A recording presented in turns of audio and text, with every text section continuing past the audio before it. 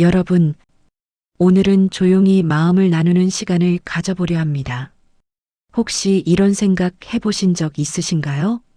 80이 넘으니 하루하루가 그냥 지나간다. 아침에 눈을 떠도 할 일이 없다. 저녁에 누우면 오늘 뭘 했나 싶다. 젊을 때는 바빴습니다. 일하고 아이 키우고 살림하고 그때는 시간이 모자랐습니다. 그런데 지금은 시간이 남아돕니다. 그런데도 마음은 텅 빈 것 같습니다. 이게 뭐가 잘못된 걸까요? 내가 뭘 놓친 걸까요? 오늘은 한 분의 이야기를 들려드리려 합니다. 올해 92세가 되신 김영순 할머니 이야기입니다. 할머니는 평생 남편과 함께 작은 구멍가게를 했습니다. 새벽 5시에 일어나 가게 문 열고 밤 10시가 넘어야 집에 들어왔습니다. 자식 셋 키우고 손자 5 보고 이제 증손주까지 있습니다. 객관적으로 보면 성공한 인생입니다. 그런데 80이 넘고 나서 할머니는 이상한 기분이 들었다고 합니다. 아침에 눈을 뜨면 옆자리가 비어 있습니다. 남편은 5년 전에 먼저 갔습니다. 자식들은 전화는 하지만 자주 오지 않습니다. 바쁩니다. 혼자 밥을 차려 먹습니다. TV를 켭니다. 뉴스를 봅니다. 잠이 옵니다. 그렇게 하루가 갑니다. 또 그렇게 하루가 갑니다. 이게 내가 평생 일해서 맞이한 노년인가? 할머니는 가끔 이런 생각이 들었다고 합니다. 그러다 어느 날이었습니다. 동네 경로당에서 한 할아버지를 만났습니다. 올해 90세라고 했습니다. 그런데 그 할아버지 얼굴이 달랐습니다. 주름은 많은데 표정이 밝았습니다. 움직임은 느린데 눈빛이 살아있었습니다. 할머니가 물었습니다. 어르신, 비결이 뭡니까? 80 넘으니까 하루가 그냥 지나가는데 어르신은 다르세요. 그 할아버지가 웃으며 이렇게 말했습니다. 나도 똑같았어요. 85까지는 그냥 살았어요. 그런데 어느 날 깨달았죠. 이렇게 살다 가면 안 되겠다고. 할머니가 물었습니다. 그래서 뭘 하셨어요? 할아버지가 대답했습니다. 딱 7가지만 바꿨어요. 크게 바꾼 게 아니에요. 아주 작은 것들이에요. 그런데 그 작은 것들이 내 마음을 바꿔놨어요. 제 목소리가 오늘 조금이라도 위로가 되었다면 구독과 좋아요로 함께 마음을 나눠주세요. 댓글에 기대라고 남겨주시면 다음 이야기에서 더 따뜻한 지혜로 찾아오겠습니다. 그 할아버지가 말한 7가지. 김영순 할머니는 그날 이후 하나씩 실천했습니다. 그리고 지금 92세가 된 할머니는 이렇게 말합니다. 그때 그 할아버지를 못 만났으면 나는 그냥 우울하게 살다 갔을 거예요. 지금은 달라요. 아침에 눈 뜨는 게 기대돼요. 첫 번째 진실입니다. 더 가지려 하지 말고 덜어내십시오. 할아버지가 이렇게 말했다고 합니다. 우리는 평생 뭔가를 채우려고 살았어요. 돈도 모으고 집도 사고 명예도 쌓고 그런데 80 넘으니까 그게 다 무슨 소용이에요? 가져갈 수도 없고 쓸 데도 별로 없어요. 그때부터는 덜어내야 해요. 짐을 덜어내야 마음이 가벼워져요. 김영순 할머니는 그 말을 듣고 집안을 정리하기 시작했습니다. 30년 동안 안 쓴 그릇, 10년 동안 안 입은 옷, 먼지만 쌓인 장식품, 하나씩 버리거나 나눠줬습니다. 처음엔 아깝다는 생각이 들었습니다. 그런데 버리고 나니 집이 넓어 보였습니다. 집만 넓어진 게 아니었습니다. 마음도 넓어졌습니다. 고대 그리스 철학자 에피쿠로스는 이렇게 말했습니다. 필요하지 않은 것에 대한 욕망을 줄이는 것이 진정한 부유함이라고. 80이 넘으면 더 가질 게 아니라 덜어낼 게 필요합니다. 두 번째 진실입니다. 혼자 있어도 외롭지 않은 마음을 만드십시오. 할머니는 평생 누군가와 함께였습니다. 남편, 자식, 손주. 항상 누군가 옆에 있었습니다. 그런데 80 넘으니까 혼자가 됐습니다. 남편은 떠났고 자식들은 바쁘고 손주들은 자기 삶이 있습니다. 처음엔 견디기 힘들었습니다. 그런데 할아버지가 이렇게 말했습니다. 혼자라는 게 외로운 게 아니에요. 혼자를 견디지 못하는 게 외로운 거예요. 혼자 있을 때 나 자신과 친해지세요. 할머니는 그 말을 곱씹었습니다. 그리고 혼자 있는 시간을 다르게 대하기 시작했습니다. 아침에 일어나 창밖을 봅니다. 날씨를 느낍니다. 천천히 차를 끓입니다. 향을 맡습니다. 누군가 옆에 없어도 괜찮습니다. 나는 나와 함께 있으니까요. 심리학자 칼 융은 말했습니다. 고독은 두려워할 것이 아니라 자기 자신을 발견하는 기회라고. 80이 넘으면 혼자 있는 시간이 많아집니다. 그 시간을 외로움으로 채우지 말고 나 자신과의 대화로 채워야 합니다. 세 번째 진실입니다. 작은 루틴 하나가 하루를 지킵니다. 할아버지는 매일 아침 똑같은 일을 한다고 했습니다. 6시에 일어나 물 한 잔 마시고 30분 동네 한 바퀴 걷고 아침 먹고 신문 읽습니다. 별거 아닙니다.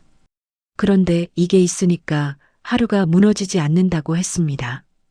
김영순 할머니도 자기만의 루틴을 만들었습니다. 아침 7시에 일어나 창문을 열고 식물에 물을 주고 간단한 체조를 합니다. 점심 먹고 낮잠 30분 자고 오후에는 동네 산책을 합니다. 저녁에는 일기를 씁니다. 딱 한 줄만 씁니다. 오늘 감사한 것 한 가지. 이게 별거 아닌 것 같은데 신기하게도 하루가 달라졌습니다. 할 일이 있으니까 하루가 의미 있어졌습니다. 아리스토텔레스는 이렇게 말했습니다. 우리는 반복적으로 행하는 것이다. 그러므로 탁월함은 행위가 아니라 습관이다. 80이 넘으면 거창한 일이 필요 없습니다.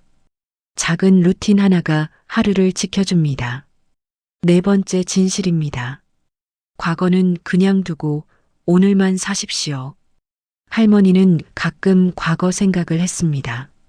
젊었을 때 왜 그렇게 살았을까? 자식들한테 왜 그렇게 했을까? 남편한테 더 잘할걸? 후회가 밀려왔습니다. 그런데 할아버지가 이렇게 말했습니다. 과거는 바꿀 수 없어요. 그런데 우리는 자꾸 과거를 붙잡고 있어요. 그러니까 현재가 무거워지는 거예요. 과거는 그냥 두세요.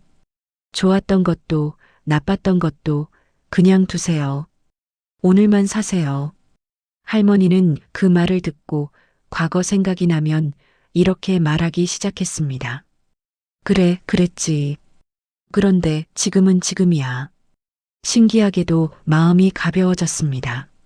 로마의 철학자 세네카는 이렇게 말했습니다. 인생은 길지 않다.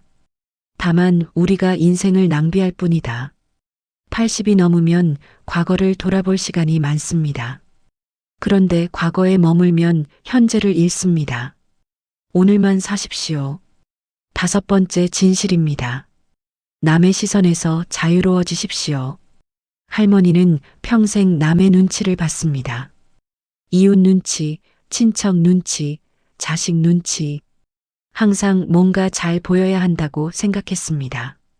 그런데 할아버지가 이렇게 말했습니다. 90 가까이 살아보니까 아무도 나한테 관심 없더라고요. 다들 자기 인생 사느라 바빠요. 나만 혼자 눈치 보고 있었어요. 할머니는 그 말을 듣고 한 가지를 바꿨습니다. 하고 싶은 옷을 입기 시작했습니다. 80 넘었는데 무슨 분홍색이냐고 누가 말해도 신경 안 썼습니다. 하고 싶은 말을 하기 시작했습니다. 예전엔 참았는데 이제는 아니에요라고 말했습니다. 신기하게도 사람들이 오히려 더 좋아했습니다. 진짜 모습이 편하다고 했습니다. 노자는 이렇게 말했습니다. 타인이 나를 어떻게 생각하든 상관없다. 나는 그저 나일 뿐이다. 80이 넘으면 남의 시선에서 자유로워질 때입니다. 이제는 나답게 살 때입니다. 6번째 진실입니다. 작은 것에 감사하는 연습을 하십시오. 할머니는 평생 큰 것만 봤습니다. 집을 사야 하고, 돈을 모아야 하고, 자식이 성공해야 하고, 항상 부족하다고 느꼈습니다. 그런데 할아버지가 이렇게 말했습니다. 지금 가진 것 중에 감사할 게 얼마나 많은데요. 아침에 눈 뜨는 것, 밥 먹을 수 있는 것, 걸을 수 있는 것. 이게 다 감사한 거예요. 할머니는 그날부터 저녁마다 일기를 쓰기 시작했습니다. 오늘 감사한 것 한 가지. 처음엔 뭘 써야 할지 몰랐습니다. 그런데 하다 보니 보이기 시작했습니다. 오늘 감사한 것, 따뜻한 햇살. 오늘 감사한 것, 이웃이 준 김치. 오늘 감사한 것, 손주 전화. 별거 아닌 것들이었습니다. 그런데 그 별거 아닌 것들이 쌓이니까 하루가 풍요로워졌습니다. 긍정심리학의 창시자 마틴 셀리그만은 말했습니다. 감사는 가장 강력한 행복의 도구라고. 80이 넘으면 큰 것은 이미 다 지나갔습니다. 이제는 작은 것에서 기쁨을 찾을 때입니다. 7번째 진실입니다. 내일을 걱정하지 말고 오늘 하루만 살아내십시오. 할머니는 자꾸 걱정했습니다. 내가 언제까지 살까? 아프면 어떡하지? 돈이 떨어지면 어떡하지? 걱정이 꼬리를 물었습니다. 그런데 할아버지가 이렇게 말했습니다. 내일 일은 내일 걱정하세요. 오늘은 오늘만 살아내면 돼요. 오늘 하루 무사히 살았으면 그걸로 충분해요. 할머니는 그 말을 듣고 마음을 바꿨습니다.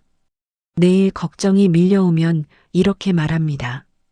그건 내일 생각하자. 오늘은 오늘만 살자. 신기하게도 불안이 줄어들었습니다. 예수님도 이렇게 말씀하셨습니다. 내일 일을 위하여 염려하지 말라. 한날의 괴로움은 그날로 족하니라. 80이 넘으면 미래는 짧습니다. 그렇다고 불안해할 필요 없습니다. 오늘 하루만 잘 살면 됩니다. 김영순 할머니는 이 7가지를 실천하면서 삶이 달라졌습니다. 아침에 눈 뜨는 게 기대됩니다. 하루하루가 의미 있습니다. 마음이 편안합니다. 할머니가 마지막으로 이렇게 말했습니다. 90 넘어서 이제야 알았어요. 인생은 얼마나 오래 사느냐가 아니라 어떻게 사느냐더라고요. 남은 시간이 얼마 없다고 불안해할 게 아니라 지금 이 순간을 어떻게 살 것인가가 중요해요. 여러분, 오늘 이 이야기를 들으시면서 혹시 마음에 와닿는 부분이 있으셨나요? 80이 넘었다고 인생이 끝난 게 아닙니다. 오히려 지금부터가 진짜 나답게 살 수 있는 시간입니다. 오늘 저녁 조용히 앉아서 생각해 보세요. 7가지 중에 나는 어떤 것부터 시작할까? 거창하게 하지 않아도 됩니다.